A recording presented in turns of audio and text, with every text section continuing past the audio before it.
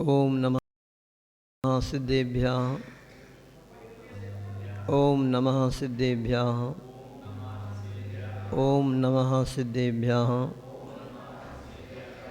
विद्यासागरे विश्ववन्द्य श्रमणं भक्त्या सदा संस्तुवे सर्वोच्चमयमिनं विनम्य परमं सर्वार्थसिद्धिप्रदं ज्ञानध्यानतपोविरक्तिमुनिपं विश्वस्य विश्वाश्रयं साकारं श्रमणं विशालहृदयं सत्यं शिवं सुन्दरं सत्यं शिवं सुन्दरम। बोलिए अस्यकारी देवादेव 1000 श्री आदिनाथ भगवान की। संत श्रोमणी आचार्य गुरुवर श्री विद्यासागर जी महाराज की। नूतन आचार्य प्रवर श्री समय सागर जी महाराज की। पूज्य निर्यापक श्रमण मुनि श्री वीर सागर जी महाराज की। मुनि श्री विशाल सागर जी महाराज की।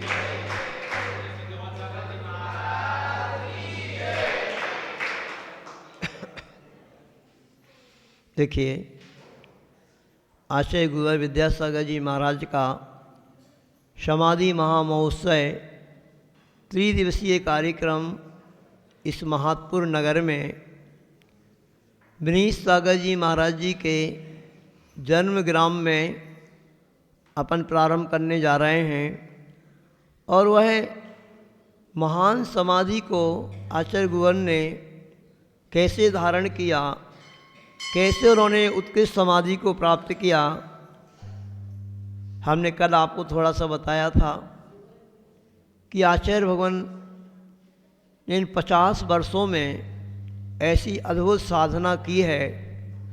और जो उन्होंने अपने गुरु महाराज ज्ञान सागर जी महाराज की कृपा से जो अद्भुत कुछ वैभव प्राप्त किया था,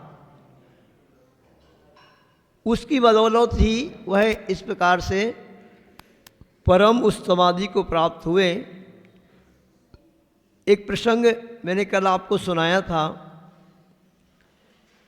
कि आचार्य भवन का 2023 का चातुर्मास चंद्रगिरी में संपन्न हुआ।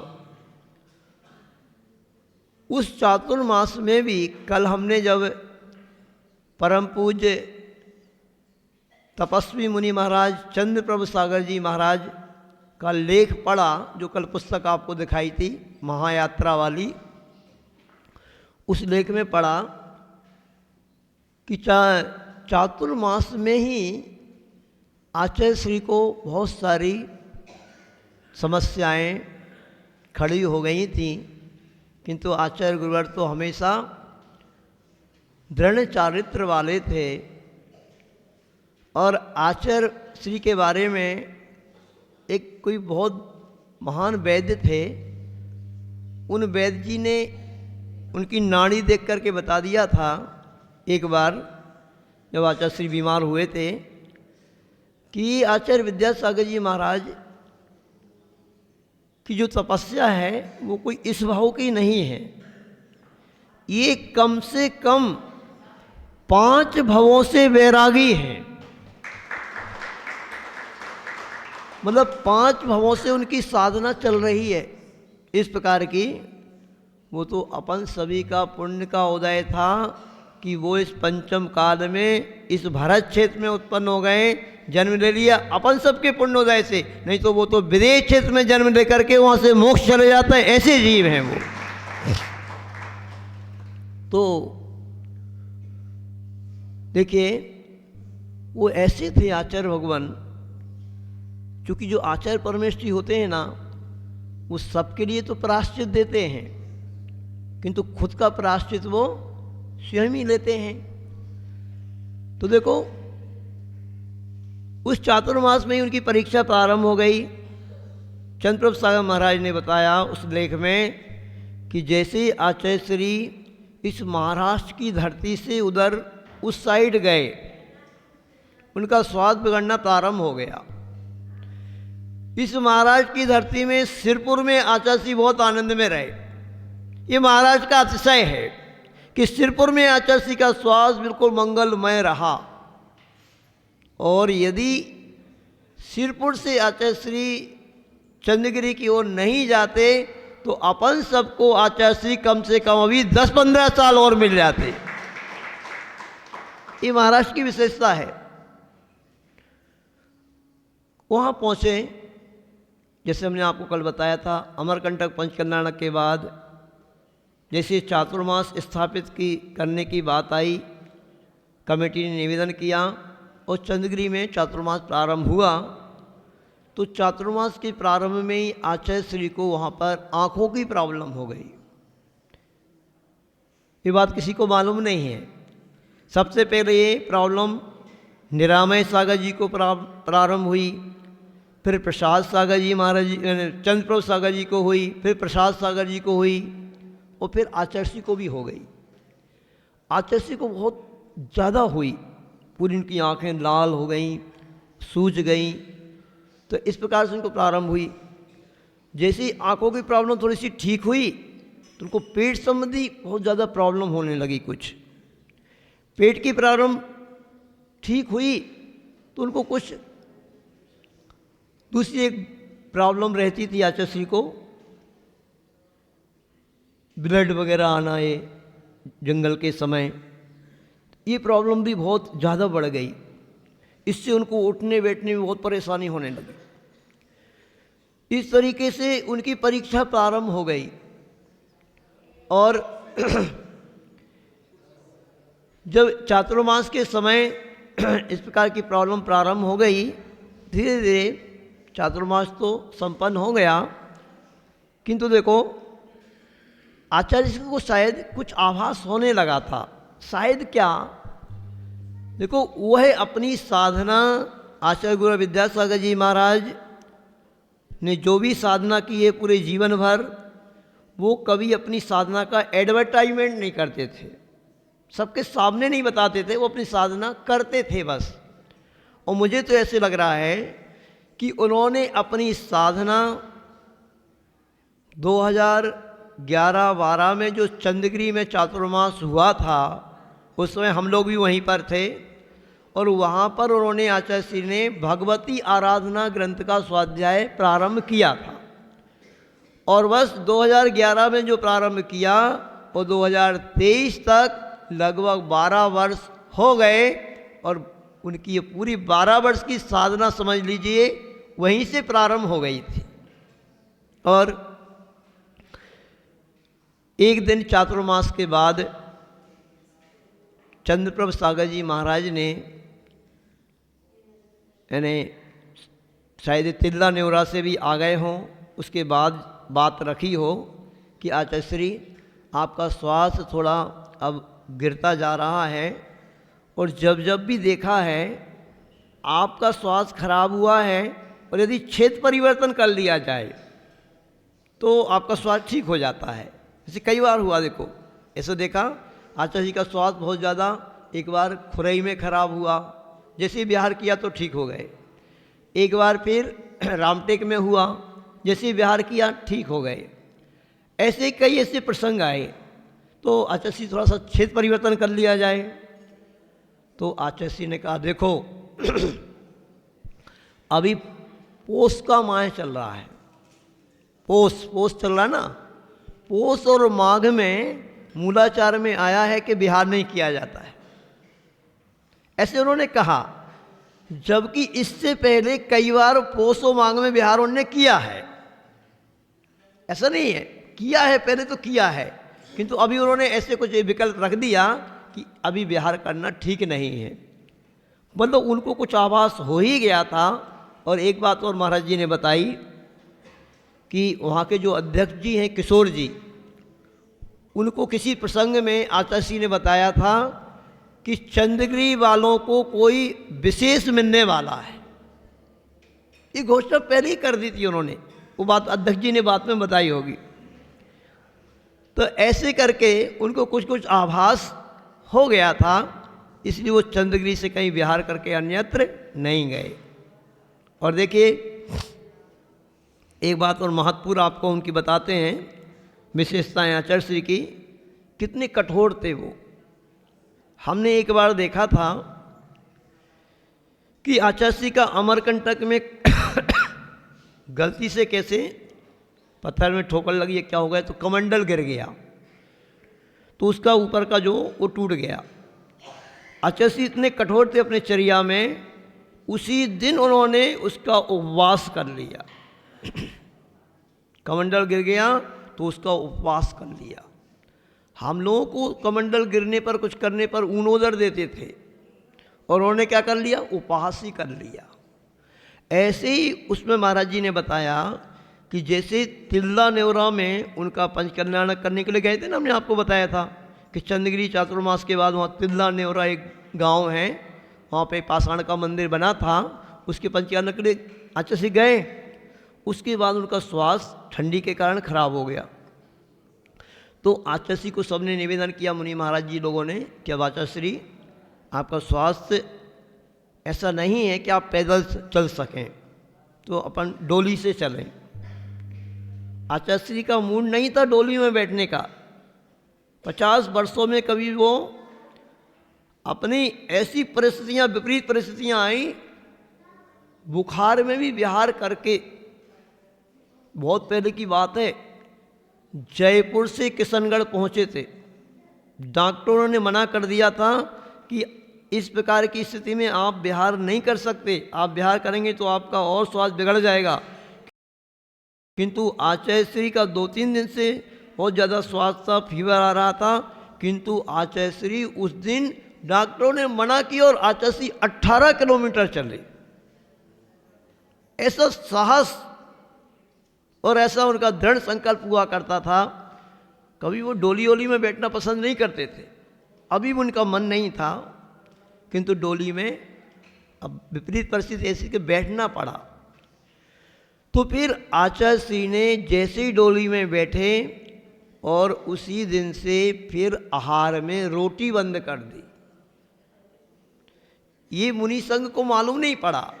महाराज जी ने बताया कि बाद में मालूम पड़ा कि आचार्य श्री डोली में मना कर रहे थे बैठने के लिए, किंतु प्रायश्चित स्वरूप उन्होंने रोटी बंद कर दी कि अब डोली में बैठे हैं तो रोटी बंद कर दी। और पूरा तिल्ला नेवरा से जब चंद्रगिरी तक आए, फिर यहाँ पे आकर के रोटी प्रारंभ की। इसका मतलब ये था कि उन्होंने प्रायश्चित स्वरूप में मात्र अब दलिया, दाल दलिया, चावल भात, बस यही लिया, बाकी रोटी का त्याग कर दिया। तो ऐसे करके धीरे धीरे धीरे उनका स्वास्थ्य दिनों दिन गिरता ही जा रहा था, और उन्होंने पूरा अब शायद मन बना लिया था कि अब हमें, अगर ये हमारा स्वास्थ्य ठीक नहीं होता है, तो बीच बीच में उन्होंने कहा भी था कि देखो अब ये घोड़ा गड़बड़ करने लगा है, इसको कुछ सज़ा देना पड़ेगी। ऐसे करके चल रहा था, पर समझ में नहीं आ रहा था कि एकदम से क्या है। तो एक बार भाग्योदय से और कोई एक सोनोग्राफी मशीन वगैरह होती है, वो लाई गई कि आखिर कैसे मालूम किया जाए कि इतना स्वास्थ्य क्यों गिरता जा रहा है। तो फिर बहुत मुश्किल से चेकअप कराने की अनुमति दी, और उसमें समझ में आया कि आचार्य श्री को पीलिया रोग हो गया है। क्या हो गया? पीलिया रोग हो गया है। थोड़ा आँखों में पीलापन भी था। तो डॉक्टर लोगों ने बोला, बहुत सारे डॉक्टर वहाँ पर पहुँचे, पुणे से प्रसिद्ध वैद्य गाडगिल जी, जमदग्नि जी, और भी ग्वालियर के वैद्य भी आए, भोपाल के वैद्य भी आए, सब जगह से वैद्य लोग आए। और उन्होंने उस रिपोर्ट को देख करके कहा कि इससे तो पीलिया ही रोग समझ में आ रहा है, और भी यदि कोई प्रॉब्लम है तो इसके लिए सीटी स्कैन कराना पड़ेगी। तो आचार्य ने स्पष्ट बना कर दिया कि अब ऊपर से जो कुछ आप करना चाहें तो कर लें, अब हम कोई जांच नहीं कराएंगे।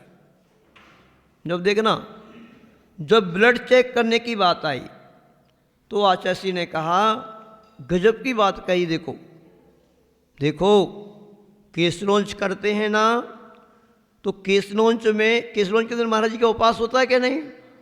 केश लॉन्च जब किया जाता है तो बालों को उखाड़ा जाता है, तो थोड़ा बहुत कोई दोष लगता है तो उसके लिए थोड़ा बहुत कहीं से ब्लड वगैरह निकल आए तो एक उपवास इसलिए किया जाता है। बोले हम ब्लड इतना निकलवाएंगे, उसको चेकअप कराएंगे तो हमें कितने उपवास करना पड़ेंगे? बोले हम कोई ब्लड वगैरह चेक नहीं करवाएंगे। अब कोई ब्लड चेक नहीं करवाया उन्होंने, कोई और दूसरी तरीके से उसके लिए उन्होंने अनुमति नहीं दी चेकअप कराने के लिए। मतलब उन्होंने अब ठान लिया था कि अब हम अगर इस शरीर को छूटना ही है तो अब हम अपने व्रतों में कोई दोष नहीं लगाएंगे। अब जब बात आ गई और रोग तीव्रता को पकड़ने लगा तो वैद्य लोगों ने कहा, आचार्य भगवान आपको पथ्य के रूप में गन्ने का रस लेना है। तो आचार्य श्री बोलते हैं, गन्ने के रस का त्याग तो हमारा, हम जैसे ही आचार्य ज्ञान सागर जी महाराज के पास पहुँचे थे किशनगढ़ 1967 में, तभी से हमारा त्याग है। तो उन्होंने कहा फिर गाय का दूध लीजिए आप। उन्होंने 2016 में हमने गाय के दूध हमने दूध का भी त्याग कर दिया है।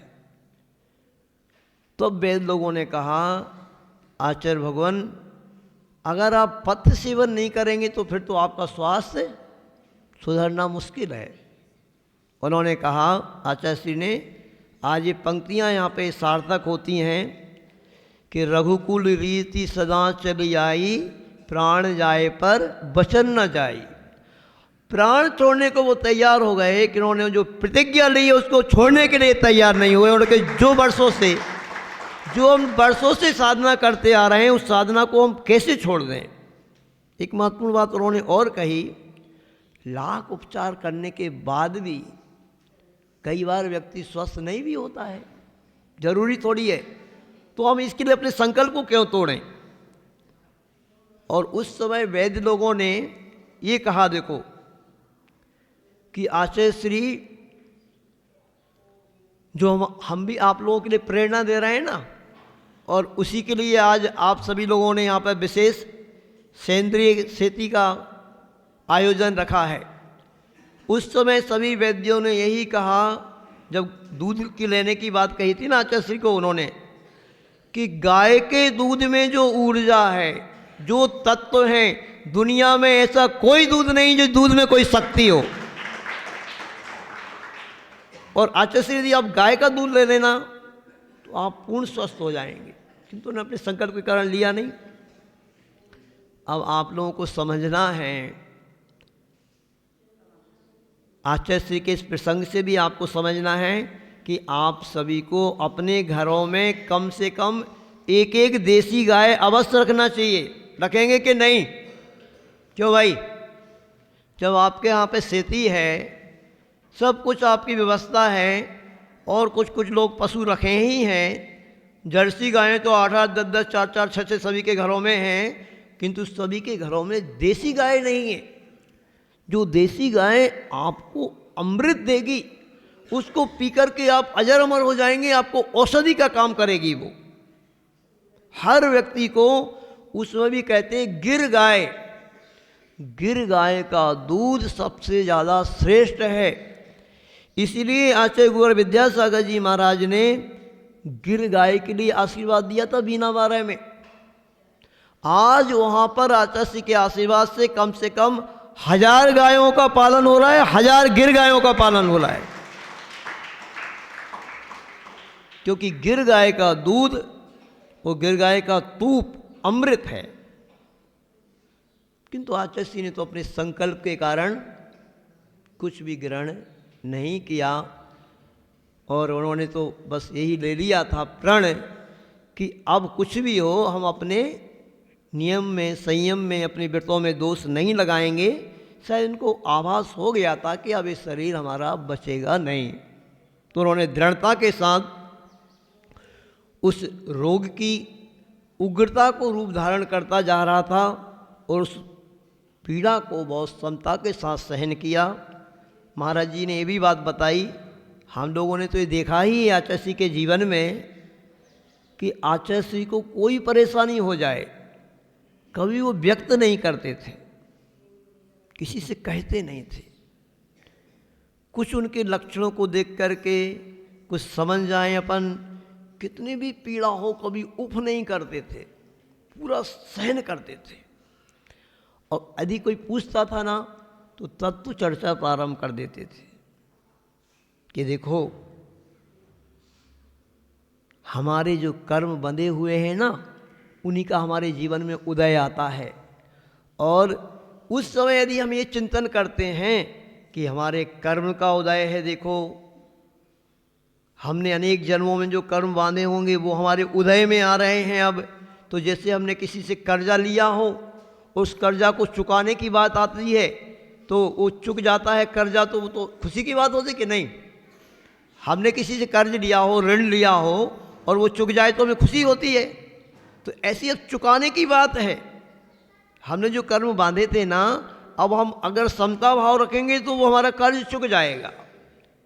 और यदि हमें किसी भी प्रकार की कोई भी परेशानी आए और उसमें हम समता भाव यदि रखते हैं तो आचार्य श्री कहते थे इसी को बोलते हैं विपाक विचय धर्म ध्यान। समझ रहे हैं आप लोग? ये कौन सा धर्म ध्यान कहलाता है? विपाक विचय धर्म ध्यान। और हमें कितनी भी पीड़ा हो, कोई भी परेशानी हो तो हम चिल्लाते हैं, हम चीखते हैं, हम माता पिता को याद करते हैं, हम उसको सहन नहीं कर पाते हैं। तो ये क्या होता है? ये होता है आर्त ध्यान। कौन सा ध्यान होता है? हमें कोई भी कष्ट हुआ ना, उसी को बार बार बार याद करना, अब कभी दूर होगा, दूर होगा, कब दूर होगा, हो कितना दर्द हो रहा है, इतनी परेशानी हो रही। इसका नाम है आर्त ध्यान। और आर्त ध्यान करने से कौन सी गति बनती है? त्रियंच गति। और विपाक विचार धर्म ध्यान करने से क्या होगा? देव गति का बंध होगा। समझ में आ रहा कि नहीं? क्योंकि कर्म आपने बांधा है ना, तो उस कर्म को आप रो कर के सहन करो, चिल्ला कर के सहन करो, तो भी वो फल तो देगा अपना। तो इसीलिए अपन को क्या करना, उसको यदि हम समतापूर्वक सहन करते हैं और यदि मन में ये भाव सोचते हैं कि देखो हमारे कैसे कर्म का उदय आया है, हमने ही जो कर्म बांधा होगा, तो इसका नाम है विपाक विचय धर्म ध्यान। समझ में आ रहा कि नहीं? तो वो कर्म हमारा फिर निकल जाता है और नया कर्म नहीं बनता है। ऐसा होता है। तो और फिर आगे परेशानी बढ़ती ही गई। वैसे तो महाराज जी ने उधर तो दोपहर में सुनाया है, आपको सुनाया है ना, और भी अभी कल का भी दिन है। वैसे कल का कार्यक्रम दोपहर का, विधान का दोपहर में ही है ना, अभिषेक तो यहाँ पे ही होगा, ठीक है ना। तो कल आगे की स्थिति को और थोड़ा हम आज वहाँ पर भी कार्यक्रम है। और अंत में आचार्य भगवान ने किस प्रकार बिल्कुल समता पूर्वक जो समाधि का स्वरूप बताया है, उस स्वरूप के अनुसार और पूरे आवश्यकों को करते हुए, आवश्यक में कोई कमी नहीं, ये पूरा का पूरा, क्योंकि आचार्य श्री का पूरा जीवन ऐसा रहा कि उन्होंने चाहे प्रधानमंत्री हो, चाहे राष्ट्रपति हो, चाहे मुख्यमंत्री हो, कोई भी बड़े से बड़े नेता आ गए हों, अपने आवश्यक का समय हो गया तो वो आंख उठा करके भी नहीं देखा करते थे। एक बार उमा भारती जी जबलपुर में मुख्यमंत्री बन करके आईं, किंतु आचार्य गुरु विद्यासागर जी महाराज ने अपना पाक्षिक प्रतिक्रमण जो 15 दिन में करते हैं प्रारंभ कर दिया था। 1-1.5 घंटे तक खड़ी रही हाथ जोड़ करके उमा भारती, मुख्यमंत्री थी, किंतु आचार्य श्री ने अपने आंख उठा करके नहीं देखा। और ना जाने वो आधा घंटा और रुक जाती तो कुछ और हो जाता, और 1.5 घंटे में ही वो वापस चली गई। इधर से वो गई और उधर उसका मुख्यमंत्री पद चला गया। ऐसा होता है। मतलब यही कारण है, ऐसा नहीं, बहुत सारे कारण हैं, परंतु हम आचार्य श्री का ऐसा आपके लिए प्रेरणा देना चाह रहे हैं कि वो अपने आवश्यक में कभी कमी नहीं करते थे।